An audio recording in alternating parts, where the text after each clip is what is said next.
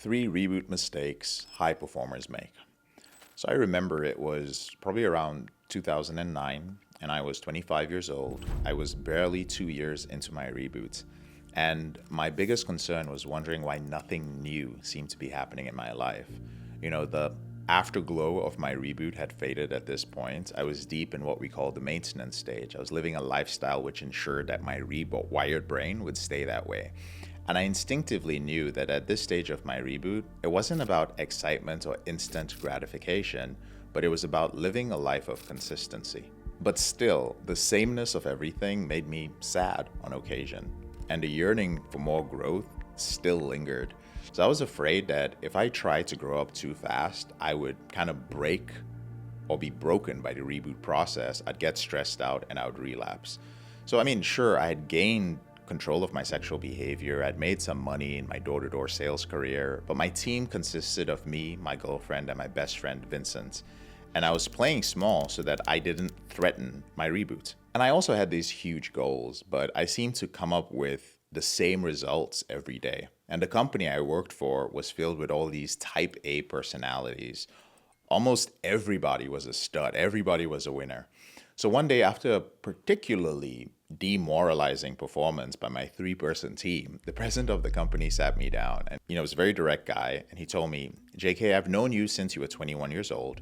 I don't know what happened to you in the last 2 years, but you've matured a lot, and I really think it's because you got yourself a girlfriend." I remember grinning, partly in relief because I expected criticism for our poor performance, but also because I knew it wasn't just my relationship with had changed, it was my reboot. But of course, I wasn't going to tell him about my behavior with pornography. So he said, "JK, can you run an organization?"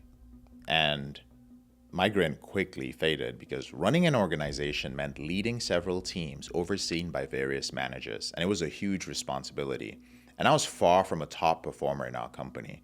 Now, I had nothing else going for me in life. I was a 25-year-old former porn addict who was rebooting. The past 5 years, I had been hyper-focused on quitting pornography and fixing all my perceived flaws. So this was my chance to be somebody. So I remember my heart beating fast, and I was just like, "Yes, sir, I can." And he says, "Well, JK, building an organization is really about becoming a leader, and the best way to lead is by example." And that was the beginning of my journey to becoming a high-performance leader. I learned very quickly that you cannot lead others until you lead yourself. And my years of leading myself through my reboot had prepared me for this role. As it turns out, leadership was just the right sort of new I needed in my life. And the reason why many high-performing professionals stay stuck in their reboot, their career, and their businesses is that they do not have a goal of becoming a high-performance leader. Even though I had the opportunity, I had to set and achieve the right goals. And here are the biggest mistakes I see high-achieving men make around their sexual behavior. The first mistake is that you have very clear business goals. So like you're going to grow your business 40% this year, you're going to sell 50K this week, you're going to have revenues of 120K this month, but you have unclear goals with your sexual behavior. So the most popular thing I hear from busy professionals when they set their reboot goals from hundreds of applications is, "I just want to understand the root cause," or "I want a system that works. I want to feel better about myself. I want to stop using pornography to medicate emotions, and I want to perform normally in bed." You would never let that type of goal setting fly in your business. Imagine a sales rep in your business or a real estate agent saying, "I don't know, I just want to make more money this week and maybe do like 2 open houses this month, and I think I'll make like 3 grand in the next 2 months, and I want to feel good about my job." That's not going to happen. The second mistake is you have goals, but you don't have a clear timeline. Again, in business and in your career, you have to have clear goals and set periods of time to achieve them.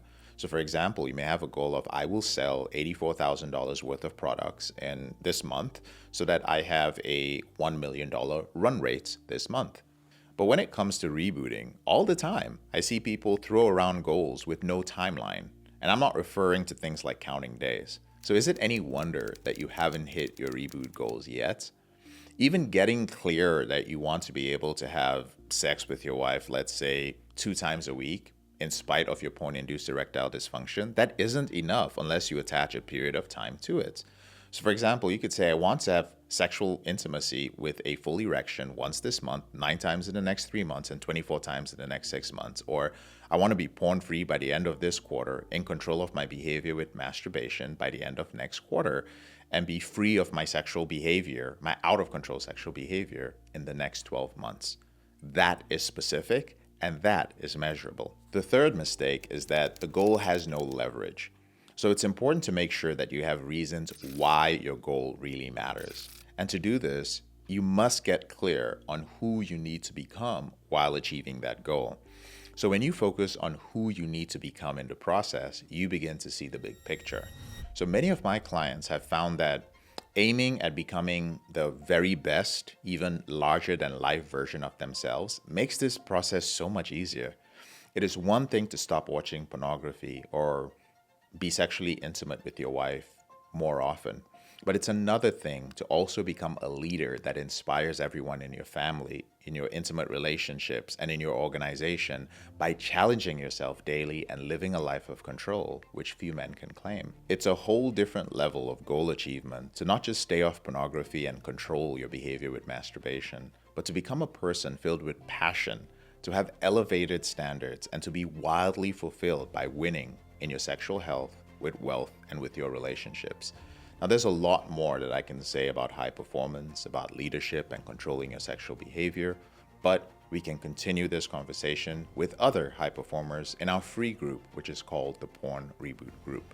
And I've left a link for you to join it and continue this conversation with us in the description below this video.